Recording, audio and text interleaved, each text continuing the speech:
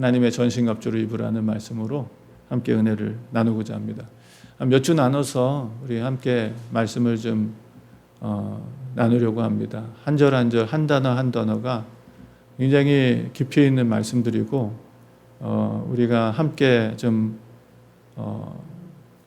충분히 시간을 가져야 되겠다 생각이 돼서 에베소서 6장 13절에서 20절 말씀을 가지고 한 2, 3주 정도 함께 말씀의 은혜를 나누고자 합니다. 예수님 우리에게 오신 목적이 있다면 분명히 우리를 잘되게 하시려고 오셨죠. 예수님 우리 못되게 하시려고 오시진 않으셨습니다. 우리를 우리보다 더 사랑하시는 아버지의 마음이죠. 하나님의 마음. 주님 이 땅에 오신 목적은 우리가 정말 잘되게 하려고 오셨어요. 어떤 부모가 자식 잘못되기를 바라는 부모가 있겠습니까? 예. 모든 부모는 다 자식이 잘되기를 바랍니다. 심지어 성경에는 너희가 악할지라도, 그것은 악한 부모도 자식은 사랑한다는 거예요. 예. 하물며 너희 천부께서, 하늘에 계신 우리 아버지께서 세상의 악한 부모하고는 비교할 수 없을 만큼 좋으신 분인데 그 하나님이 우리에게 좋은 일을 하지 않겠느냐라는 말씀을 해주시죠. 주님 우리에게 오신 목적은 우리가 잘되게 하려고 오셨어요. 특별히 주님께서 우리에게 뭐가 잘되게 하려고 오셨냐라고 묻는다면 물론 우리가 육체적으로 잘되기를 바라시겠죠. 그러나 주님 우리에게 더 잘되길 바라는 것은 영이 잘되길 바라세요. 그래서 우리가 요즘에 금요일마다 마가복음 말씀을 보지만 주님 수없이 많은 기적을 행하셨죠. 우리의 어려움과 우리의 연약함과 우리의 필요를 아시고 주님께서 채워주시고 기적을 베풀어 주시고 은혜를 베풀어 주셨습니다. 그러나 그것은 단순히 우리가 육신적으로 잘되고 필요를 채우기 위한 것을 넘어선다고 여러분들에게 말씀드렸어요. 요한복음 말씀에는 예수님이 수많은 표적을 행하신 목적이 예수가 하나님의 아들 그리스도인 것을 알고 그분을 믿어 여러분 어떻게요? 생명을 얻게 하기 위한 것이다 라고 말씀하셨어요. 그래서 예수님이 행하신 모든 표적은 다 메시지예요. 그것도 하나의 설교라는 것입니다. 예. 말로 하는 설교가 있고 기적을 통해서 행하신 설교가 있는데 예수님은 그 기적을 통해서 우리에게 하나님의 메시지를 전해주신 거예요. 자, 그런 주님께서 우리에게 오셔서 우리에게 사단에게 결박되어서 죄의 종노릇하며 우리가 하고 싶은데도 하지 못하고 살던 우리의 절박과 좌절 그리고 고통과 괴로움들을 주님께서 풀어주셨어요. 결박을 푸사 자유를 주셨어요. 패배한 인생이었는데 승리를 주셨습니다. 이게 주님 오신 목적이에요. 주님 우리에게 자유와 승리를 주시러 오셨어요. 오늘 우리의 예배도 자유와 승리를 주시기 위해 주님 우리에게 예배를 주신 거예요. 예. 이 예배에 나오자마자 패배자로, 실패자로, 그냥 막 억지로, 힘들게 그런 게 아니라 우리에게 승리의 소식을 주시러 오셨어요. 기쁨과 감격으로 하나님의 은혜 가운데 기쁨을 누리고 하나님 나라의 즐거움을 누리라고 우리에게 이 주의를 주신 거지 우리에게 또 다른 하나의 무거운 짐을 주시려고 주의를 주신 것이 아닙니다. 근데 어떤 이는 즐거움으로 예배를 드리고 어떤 이들은 그렇지 못하게 예배를 드리는 사람들이 있어요. 사랑하는 성도 여러분, 오늘 우리가 이 말씀을 통해서 우리가 우리의 예배 신앙생활 하는 것도 억지로 의무감이 아니라 정말 하나님 나라의 기쁨과 즐거움을 누리며 살아가는 그런 신앙생활을 하기를 주님의 이름으로 축복합니다. 예, 그런 신앙생활을 주님 원하세요. 오늘 꼭 우리 예배를 통해서 주님 주시는 이 약속의 승리, 약속의 자유를 꼭 얻고 돌아가시기를 주님의 이름으로 축원합니다. 자, 오늘 우리가 말씀에 보면은 그러므로라는 말씀으로 시작되죠. 지난주에 이어서 그러므로라고 말씀하십니다. 지난주의 말씀을 우리가 알지만 우리의 싸움이 영적 싸움이다 라는 것을 가르쳐 주셨어요. 육신의 싸움이 아니다. 우리의 싸움은 무슨 싸움이라고요? 영적인 싸움이다 라고 말씀해요. 우리의 예배도 육신의 예배가 아닙니다. 와서 시간 예배를 드리고 헌금 드리고 찬송하고 우리가 설교 말씀 듣고 가니까 예배 드렸다가 아니라 우리의 예배는 어떤 예배가 돼야 돼요? 영적 예배가 돼야 돼요. 로마서 12장 1절 말씀처럼 영적 예배, 우리의 몸을 하나님 앞에 산제사로 드리는 영적 예배자가 돼야 됩니다. 그래야 우리의 예배가 하나님 기쁘게 받으실 뿐만 아니라 예배를 통해서 우리가 하나님 주고 싶어 하시는 하늘의 신령한 은사들과 땅에 기름진 축복을 받게 되는 거예요. 예. 우리는 우리도 모르게 끊임없이 내가 원하는 하나님을 만들고 싶어하는 그런 죄의 마음이 있어요. 예. 부정하고 싶어도 부정할 수 없는, 자꾸 하나님을 내가 원하는 하나님으로 만들고 싶은 그런 마음이 있습니다. 그러나 오늘 우리가 정말 하나님을 만나고 하나님 정말 우리에게 원하시는 것을 깨닫고 그 주님 주시는 능력을 알게 되면 우리에게 진정한 자유가 찾아오게 됩니다. 자, 오늘 우리 주님께서는 우리에게 영적 싸움을 싸우라고 말씀하십니다. 이 영적 싸움은 그리스도인이라면 누구도 예외가 없어요. 그러니까 그리스도인이라면 모든 사람, 모든 그리스도인들은 영적 싸움을 반드시 어떻게 해야 돼요? 싸워야 됩니다. 나는 이 영적 싸움하고 관계없는 사람이야 라고 말할 수 있는 그리스도인들은 아무도 없다는 거예요. 우리가 그리스도인이 됐다 그러면 우리는 영적 싸움을 어떻게 해야 돼요? 아침부터 졸리세요? 우리가 그리스도인이 됐다면 영적 싸움 어떻게 해야 돼요? 싸워서 이겨야 됩니다. 그리고 분명한 것은 주님 말씀하시죠. 감당하지 못할 시험, 감당하지 못할 싸움 하나님 절대로 허락하지 않으셨다는 거예요. 그러면 이 싸움이 주님 안에 있다면 반드시 어떻게 될 거예요? 이길 거예요. 예. 반드시 이길 거예요. 우리가 요즘에 새벽마다 사무엘하 말씀 보고 있잖아요. 그렇게 현실적으로 멀게만 느껴지고 이루어지지 않을 것만 같았던 하나님의 약속이 다윗에게 이루어지는 것을 우리가 보잖아요. 심지어는 악인을 통해서도 하나님은 다윗에게 약속하신 것을 이루어 가시잖아요. 정말 그 악인은 자기의 욕망과 야망을 채우기 위해서 일을 벌였는데 알고 보니까 그게 누구의 뜻을 이루는 거예요? 하나님의 뜻을 이루고 의인에게 약속하신 하나님의 약속을 이루시는 일이 됐어요. 그리고 그 악한 일을 꾀하고 준비했던 사람은 결국 자기의 죄값으로 죽게 됩니다. 참 기가 막히다. 말씀 보면서도 참 기가 막히다. 그런 하나님의 정말 묘략을 보게 됩니다. 분명한 것은 우리가 이 영적 싸움을 싸워야 되고 또 하나는 우리가 대항해서 싸우는 영적 싸움의 대상 누구죠? 마귀죠. 예, 악한 마귀입니다. 악한 마귀, 더러운 마귀, 어둠에 속한 마귀. 이 마귀는 결코 우리가 얕잡아 볼 수 없는 강력한 대상이라는 거예요. 여러분도 그렇게 생각하시나요? 예. 다른 말로 말씀을 드린다면 오늘 그 다음에 말씀하시죠. 자, 하나님의 전진갑주를 취하라. 그 이유예요. 뭐냐면 우리의 의지와 노력과 상식과 노력으로는 이 영적 싸움에서 이길 수 있다 없다? 없기 때문이에요. 그래서 이걸 입으라는 거예요. 하나님의 전신갑주를 취하라 라고 말씀하시는 것입니다.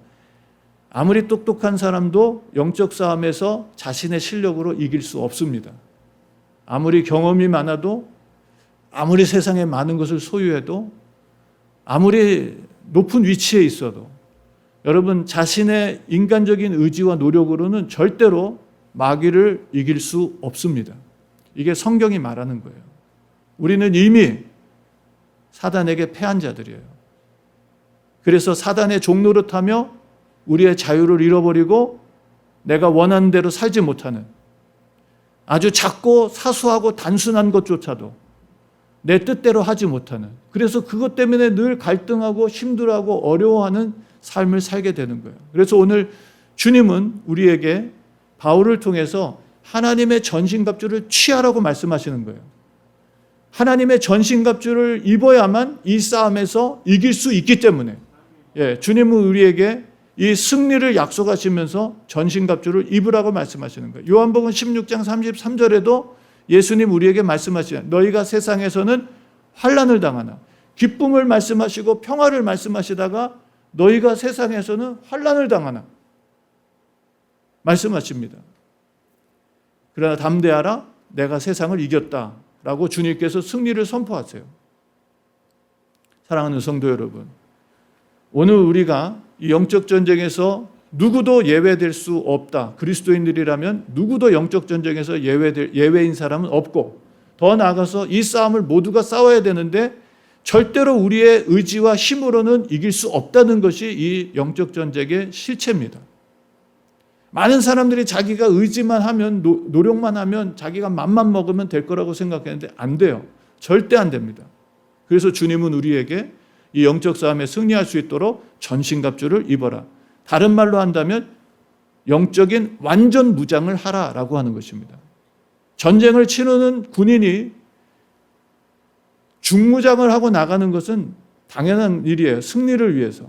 러시아가 지금 전쟁을 일으키고 생각보다 이 전쟁이 길어지고, 생각한 것보다 러시아가 쉽게 이길 거라고 생각했는데 오히려 지금 전세가 역전되는 것 같고, 그러니까 이제 여러분 그동안 있었던 군인들로만 안 되고 여러분 군인들을 강제로 모병하고 있어요. 그래서 지금 엄청난 러시아의 젊은이들이 러시아 땅을 떠나고 있어요. 이거는 러시아가 절대로 이길 수 없다는 하나의 단적인 증거기도 합니다. 그죠? 여러분, 이스라엘 땅에 이스라엘과 팔레스타인의 전쟁이 있었잖아요. 상식적으로 보면 이스라엘이 그 중동의 연합군을 절대로 이기지 못합니다. 숫자적으로도 군사적으로도 무기적으로도 아무리 눈을 씻고 찾아봐도 이스라엘이 이길 수 없었어요. 근데 우리가 다 역사적으로 보잖아요. 놀라운 일이 일어났잖아요. 7일 만에 여러분 이스라엘이 이겨버렸어요. 그때도 여러분 무슨 일이 일어나요? 중동에 전쟁이 일어나서 군인들을 모집하는데 그때 외국에 나가 있는 사람들이 많이 있었어요. 그런데 이스라엘 사람들은 전쟁을 치르겠다고 나라로 다 돌아갔어요. 근데 중동 사람들은 돌아간 사람들이 있어요? 없어요? 없었어요. 아무리 군사력이 좋고 아무리 무기가 강력해도 사람들의 생각이, 여러분 정신이 바로 박혀 있지 않는데 전쟁을 이길 수 있다? 없다? 절대 못 이깁니다. 아무쪼록 우리 기도하고 있습니다. 러시아의 이 푸틴이 마음을 다시 고쳐잡고 전쟁을 중단하고 극단의 선택을 안 하길 바라고 있어요. 요즘에 핵폭탄 얘기도 자꾸 나오는데 푸틴이 정상이 아니란 얘기가 지금 많이 들려오고 있죠. 건강도 그렇고 여러 가지 좀 정상이 아니란 얘기도 들려오는데 사실인지 아닌지 모르겠어요. 근데 사람이 어떤 급박한 상황이 되고 자기가 어떤 길이 해법이 안 열리면 때로는 극단적인 선택을 해요. 나만 죽기가 억울한 거잖아요. 그런 생각을 얼마든지 할 수 있어요. 북한도 마찬가지고. 우리는 하나님 앞에 기도했으면 좋겠어요. 하나님 정말 푸틴이 마음을 돌이키고 이 전쟁을 빨리 종료하고 화해의 무드로 돌아갈 수 있도록 우리가 함께 기도해 주셨으면 좋겠고요. 자, 이런 전쟁에 나가기 위해서는 완전 무장을 하고 전신갑주를 입어야 나갈 수 있다라고 말씀을 하십니다. 우리가 싸우는 마귀는 결코 얕잡아 볼 상대가 아니죠. 베드로는 우리에게 말씀하십니다. 근신하고 깨어 있어라. 왜냐하면 너희 대적, 우리의 대적이 누구예요? 너희 대적 마귀가 그랬어요. 우리의 대적은 누구예요? 마귀가. 너희 대적 마귀가 뭐처럼? 우는 사자처럼 두루 삼킬 자를 찾는다 그랬어요. 우는 사자처럼. 어떤 분이 동영상 보라고 보내줬어요. 근데 중국에 어떤 분이 영상을 찍었는데 호랑이가 출몰한 거예요. 호랑이가 출몰해가지고 막 사람들을 위협하는데 어떤 분이 권총을 가지고 있었는데 총으로 막 쐈는데 아마 잘못 맞았는지 안 맞았는지 빗 맞았는지 진짜 끔찍하더라고요. 호랑이가 계속 덤벼들더니 진짜 그 사람을 집어삼키더라고요. 참 그런 모습도 봤어요. 여러분, 마귀는 진짜 잔인한 존재입니다. 우리가 성경 속에서 보면 알겠지만 인간을 정말 극단의 파멸로 이끌어가는 게 마귀예요. 그 최종적인 자리가 어디예요? 지옥이잖아요. 지옥은요, 우리를 위해서 만들어 놓은 것이 아닙니다. 성경은 너무 정확하게 말해요. 누구를 위해 만들었어요? 마귀를 위해서 만든 거예요. 근데 거기에 우리가 가게끔, 우리도 같이 가게끔 한 게 마귀의 역사예요, 지금. 우리가 상상할 수 없을 만큼 우리가 이 세상 지금 살기 어렵고 힘들다 그러지만 여러분 이 세상에서 받는 고난과는 상상할 수 없을 만큼의 고통의 장소가 바로 지옥입니다. 지옥이에요. 절대로 가면 안 되는. 그래서 하여튼 절대로 가면 안 되는 곳이죠. 자, 그러면서 말합니다.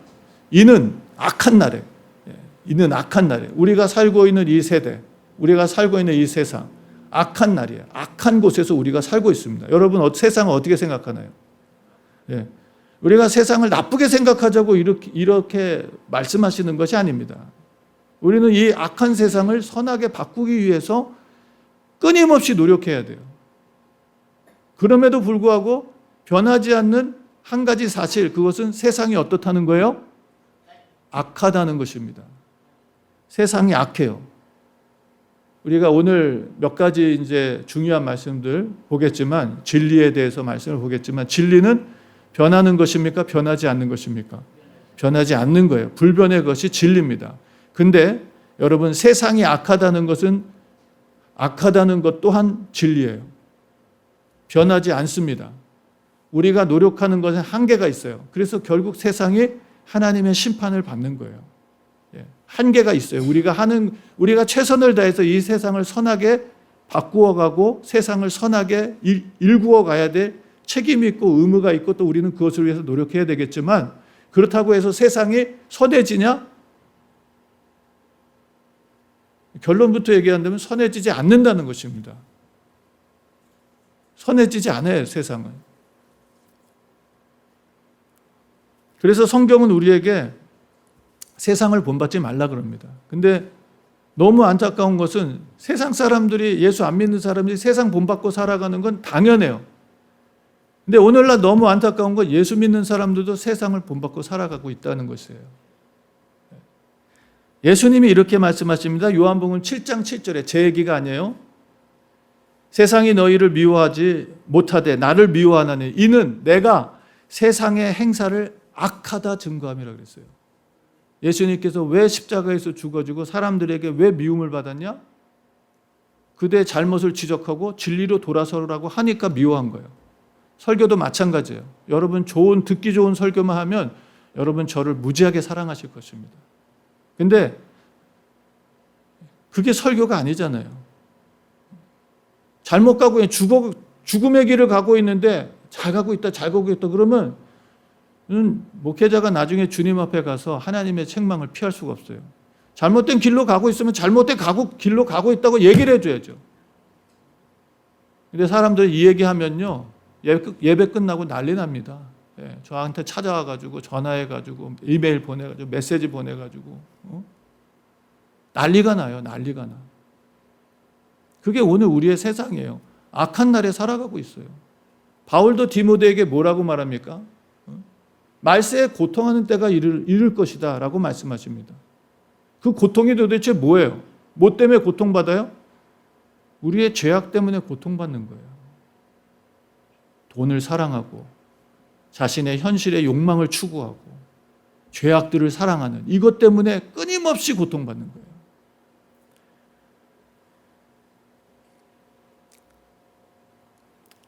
여러분 베드로후서 2장 7절에서는요 이런 얘기를 해요. 무법한 자의 음란한 행실을 인하여 고통하는 의로운 롯을 건지셨다라고.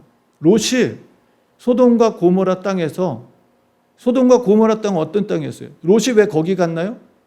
롯이 왜 소돔과 고모라 땅에 갔어요? 화려하고 보기 좋았잖아요.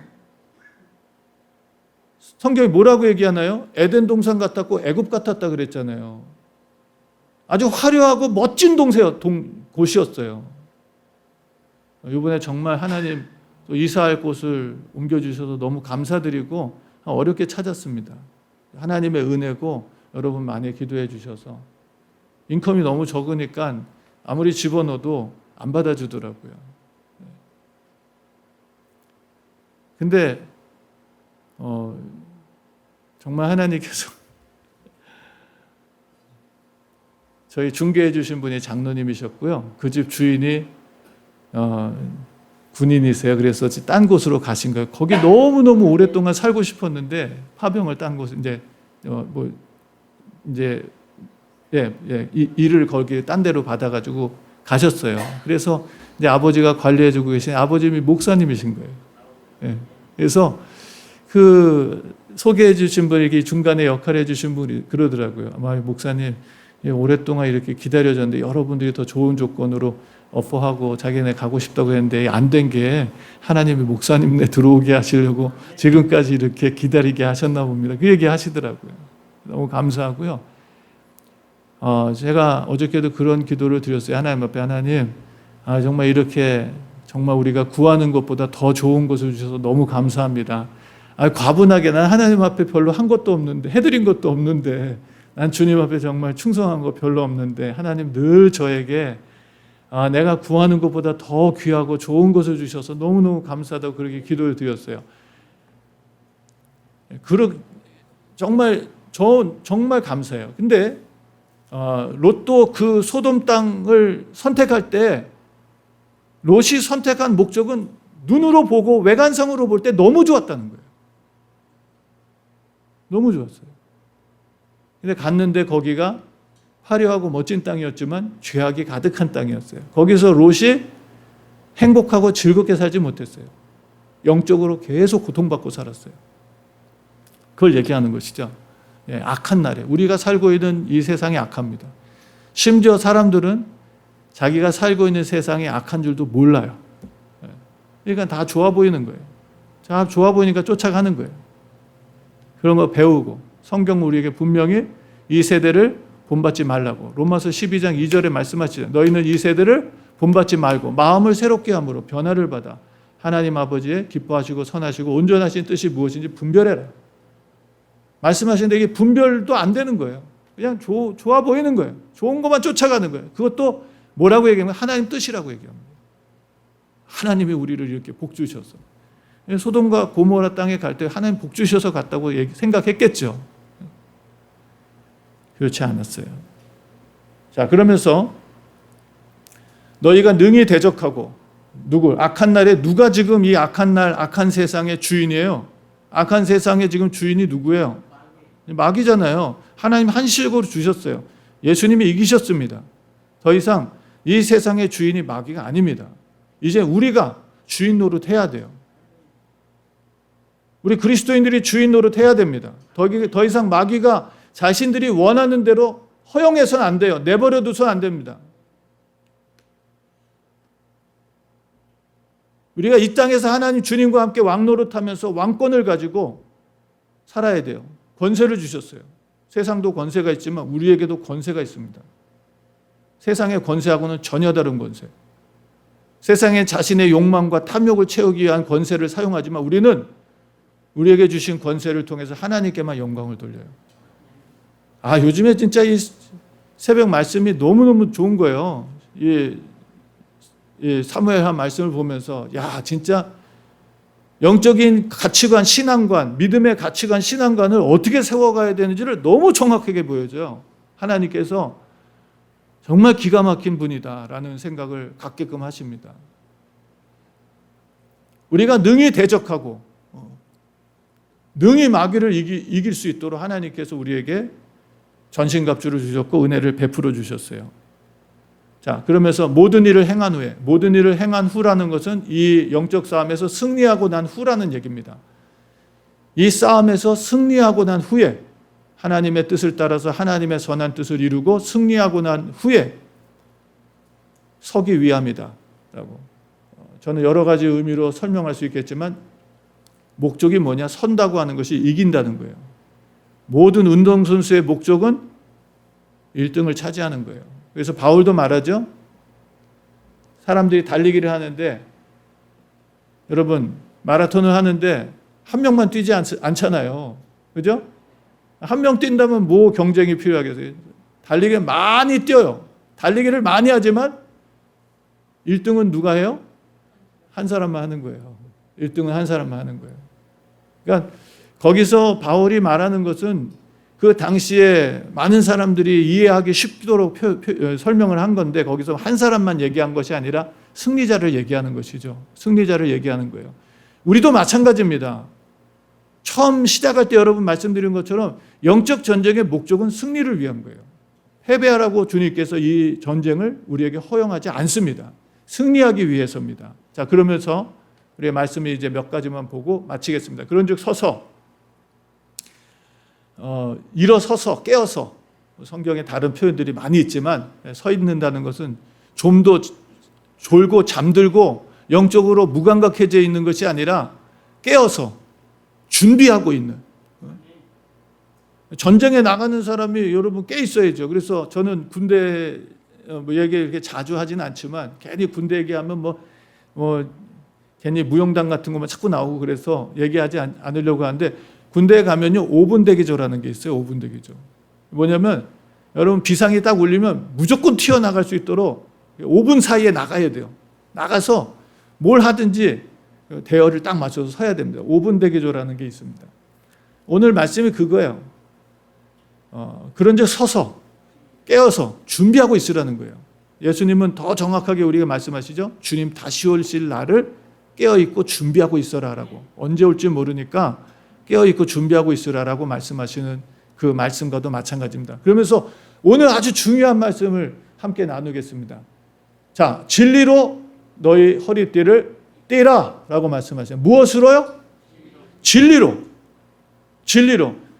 이 세상에 가장 여러분 중요한 질문, 이 세상에 가장 오래된 질문, 이 세상의 모든 철학자들이 가장 핵심적으로 여기는 질문이 있어요. 그게 성경에 나오는 겁니다. 빌라도가 예수님을 신문하면서 했던 질문이었어요. 여러분 아시나요? 뭐라고 그랬죠? 예수님 앞에 예수님이 뭐라고 말씀하세요? 네가 왕이 빌라도가 예수님 아무 말도 안 하시고 사람들 막 고소하는데 아무 말씀도 안 하시고 빌라도가 질문해도 아무 말씀도 안 했는데 빌라도가 네가 왕이냐? 묻잖아요. 그러니까 네가 스스로 말하는 거냐? 저들이 말한 것이냐? 묻잖아요. 이게 누가 빌라도고 누가 예수님인지 모르게 대화를 하는 걸 보면은 예수님이 하나도 꾸겨지는 게 없어요. 하나도 예수님께서 위축되거나 주님께서 무슨 그 상황을 모면하거나 그러려는 마음이 전혀 없어요. 오히려 주님이 이 모든 질문을 이끌어 가십니다. 잘 보시면 알아요. 자, 그러면서 내가 진리의 왕으로 왔다. 진리에 속한 자들은 내 말을 듣는다. 라고 말씀하시잖아요. 그러면서 그 질문을 얘기를 들은 빌라도가 뭐라 그러죠? 예수님께 뭐라고 묻죠? 진리가 뭐냐라고 묻잖아요. 그 질문이요, 여러분 가장 인간의 근본적인 질문이에요. 모든 철학자들이 가장 에센스처럼 생각하면서 묻는 질문이에요. 가장 뭐라고 표현해요? 중요한 질문이었어요. 진리가 뭐냐? 근데 여러분 성경 말씀을 보면 가장 위대한 대답이 있죠? 가장 정확한 대답이 있어요. 그걸 누가 말씀하시죠? 예수님 말씀하시잖아요. 뭐라고 하죠? 내가 곧 길이요 진리요 생명이다. 아멘. 성경에 답이 딱 나와 있잖아요. 철학자들이 성경을 보면은 답을 얻는데 모르는 거예요.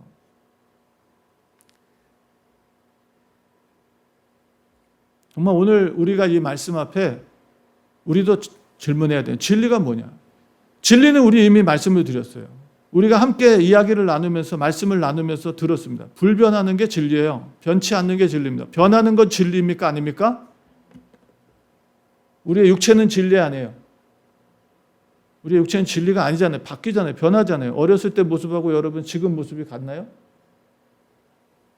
다르잖아요. 환경도 진리가 아닙니다. 팩트는 될 수 있지만 진리가 아니에요. 좋은 환경에서 산다고 그게 진리가 아닙니다. 사람들은 그거를 마치 진리인 것처럼 하나님 앞에 복을 받았다고 자랑하는데 천만의 말씀. 자랑할 게 하나도 없어요. 그 사람은 그것 때문에 슬퍼할 날이 반드시 옵니다. 자기가 했던 것 때문에 슬퍼할 날이 반드시 와요. 진리는 변하지 않는 것입니다. 변하지 않는 게 진리예요. 변하는 건 진리가 아닙니다. 좀 더 강조하기 위해서 변하는 건 가짜예요. 거짓입니다. 뉴스? 여러분 뉴스가 진리일까요? 오늘 우리가 듣고 있는 뉴스. 어쨌든 참 재밌는데 어제 참 영성을 떨어뜨릴 때가 있어요. 그 뉴스 듣는 재미가. 어쩔 땐 정말 너무 신경질 나고 화나고 답답할 때가 있어요. 재미는 있을지 모르죠. 그러나 뉴스는 진리가 아니에요. 여러분. 내가 지금 처해 있는 모든 환경도 진리가 아닙니다. 내 환경은 바뀔 수 있기 때문에. 성경은 우리에게 진리에 대해서 말씀하십니다. 진리가 도대체 뭐냐? 예수 그리스도가 진리예요. 하나님의 아들 예수 그리스도. 성삼위 하나님, 변하지 않는 분입니다.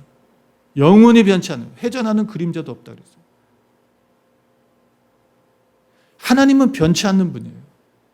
하나님이 진리입니다. 예수 그리스도가 진리예요. 우리를 영적 싸움에서 승리케 해주실 수 있는 분은 유일하게 누구세요? 하나님이세요. 하나님. 이거 우리가 체험해 봐야 돼요. 이거 우리가 경험해 봐요. 이거는 그냥 단순히 지식으로만 알 수 있는 게 아니에요. 체험하고 경험해야 되는 거예요. 우리가 사무엘하 4장 말씀 보면서 여러분 북이스라엘이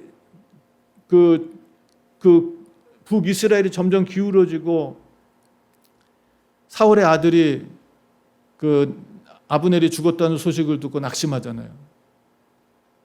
그리고선 그 사울의 아들의 그 신하들이 오히려 그 아들을 죽이잖아요. 왜냐하면 나라가 이미 기울었으니까. 이 왕을 죽이고 다윗 편에 붙자. 그리고서는 그 왕을 죽이고 시해하고선 그 목을 가지고 다윗에게 밤새 달려가 가지고 기쁜 소식이라고 전해주잖아요. 우리가 왕을 위협하던 자를 이렇게 죽였습니다. 이제 왕의 왕권을 세우십시오 하면서 좋은 소식이라고 전해줬는데 다윗이 뭐라 그럽니까? 고맙다고 하지 않습니다. 나를 모든 환난에서 건져주신 여호와의 이름을, 그를 모든 환난에서 건져주신 분은 누구예요? 하나님이셨어요. 하나님이셨어요. 그러면서 너희가 이 악으로 의인을 죽인 것에 대해서 핏값을 반드시 받을 것이다. 죽이잖아요.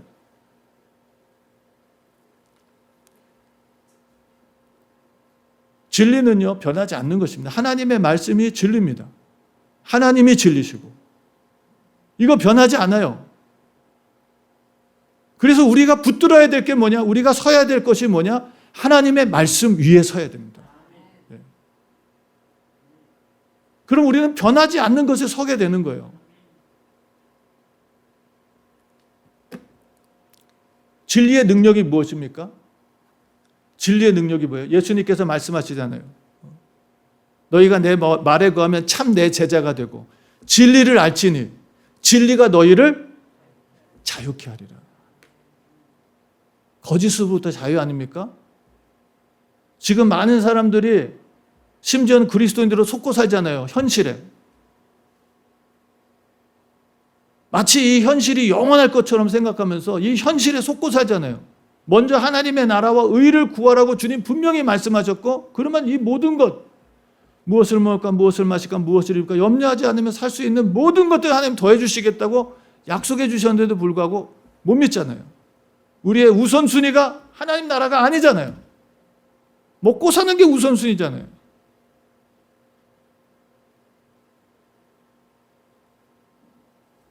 결국 깨집니다, 이것은. 세상의 것을 붙들면 깨져요. 진리를 붙들어야 됩니다. 진리 위에 서야 돼요. 진리에 서면은 거짓으로부터 자유를 누리게 돼요. 우리가 이제 말씀을 계속 보겠지만 오늘 여기까지 볼게요. 원래 좀 더 말씀을 보려고 그랬는데 오늘은 진리에까지만 말씀을 볼게요. 여러분, 이번 한 주간 우리가 진리의 말씀에 서야 됩니다. 예. 아는 것으로 끝나면 안 돼요. 왜 우리가 알려고 합니까? 그 아는 것을 어떻게 하려고? 실천하려고 우리가 아는 거예요. 아는 것에서 멈추면 안 돼요. 아는 대로 어떻게 해야 돼요? 살아가셔야 됩니다. 아는 대로 살아야 돼요. 이게 좋은 줄 알면, 이게 하나님 뜻인 줄 알면 어떻게 해야 돼요? 그렇게 살아가셔야 돼요. 근데 잘 안 되잖아요. 그래서 하나님 앞에 도움을 구하는 거예요. 성령 하나님 도와달라고. 하나님 내가 하나님 뜻대로 살 수 있도록 도와달라고. 하나님 오늘 하나님 영적 예배를 드릴 수 있도록 도와달라고. 60만 가서 도장 찍고 오는 그런 육신의 예배가 아니라 성경 계속 말하잖아요. 성전 뜨락만 밟고 가지 말고 하나님의 지성소까지 들어가라. 우리의 예배가 하나님을 만나고 주의 영광 속에 들어갈 수 있는 그 은혜의 자리로 가기 위해서 우리는 영적 예배자로 들어가야 됩니다. 하나님 앞에 구해야 돼요. 도움을 요청해야 돼요. 나중에 이제 말씀이 다 나오지만 오늘 말씀 속에서 우리는 이 영적 싸움의 가장 첫 단추를 여는 게 뭐냐? 진리 위에 서야 된다는 거예요. 진리로 살아가셔야 된다는 거예요. 진리로 살아가셔야 되는 거예요. 오늘 우리의 삶의 일상이 진리 안에 있어야 된다는 거예요. 그러면요, 세상 법이 필요 없습니다, 사실은. 내가 진리 안에 서 있는데, 세상 법이 진리 아래 있잖아요, 여러분. 하나님 우리에게 진리 위에 서게 하셨어요. 오늘 우리가 이 말씀 한 절만 보고, 한 절이 아니라 우리 이 말씀만 보고 말씀 볼 필요도 없겠네요. 여러분 들으시면 될 것 같아요. 요한복음 15장 말씀. 여러분 너무 잘 아시는 말씀이잖아요. 요한복음 15장 무슨 말씀입니까? 포도나무 비유에 대한 말씀이잖아요. 나는 포도나무요, 너희는 가지니. 그 말씀이잖아요. 그 말씀 속에서 과실을 맺게 하려고 하나님께서 우리에게 뭐라고 말씀하시네? 가지가 나무에 붙어 있으면 열매를 맺는다, 못 맺는다? 맺는다. 가지가 나무에 떨어져 있으면 열매를 아무리 맺고 싶어도 못 맺는다 라고 말씀하십니다. 그러면서 아버지는 농부인데 가지가 열매를 많이 맺게 하려고 아버지께서 어떻게 하시냐면 그 가지를 깨끗하게 하신다라고 말씀하세요. 가지를 어떻게 한다고요? 깨끗하게 하신다. 그러면서 주님 말씀하십니다. 너희는 내가 일러준 말로 이미 깨끗해졌다라고 말씀하십니다. 무엇이 우리를 깨끗게 해요? 주님의 말씀으로. 예. 그 말씀이 진리와 거짓을 분별하게 만드는 거예요. 우선순위를 분명하게 알게 하는 거예요. 그러면서 주님 말씀에 너희가 내 안에 거하라. 나도 너희 안에 거하겠다. 진리 안에 있다는 것이 뭡니까? 하나님의 말씀으로 우리가 날마다 그 말씀을 묵상하고 그 말씀을 머리의 지식으로가 아니라 삶으로 실천하며 살아가는 거예요. 그럼 우리는 주님 안에 거하는 것이고 성령님과 동행하는 것입니다. 우리를 무엇으로 알 수 있을까요? 열매로 알 수 있다고 주님 말씀하십니다. 우리를 어떻게 알 수 있느냐? 그 사람의 열매로 알 수 있다 그럽니다. 여러분 저를 어떻게 아실 수 있습니까? 저의 살아가는 모습을 보면서 저 목사가 가짜 목사다, 진짜 목사다. 분별할 수 있잖아요. 그죠? 제가 이렇게 말씀드리고 뒤에 가서는 사기치고 거짓말하고 도둑질하고 그런다고 생각해 보세요. 그러면 아무리 여러분들한테 설교 말씀을 드려도 이게 먹히겠습니까? 요즘에 전도하면 당신이나 잘 믿으세요. 그 말씀하는 것처럼 여러분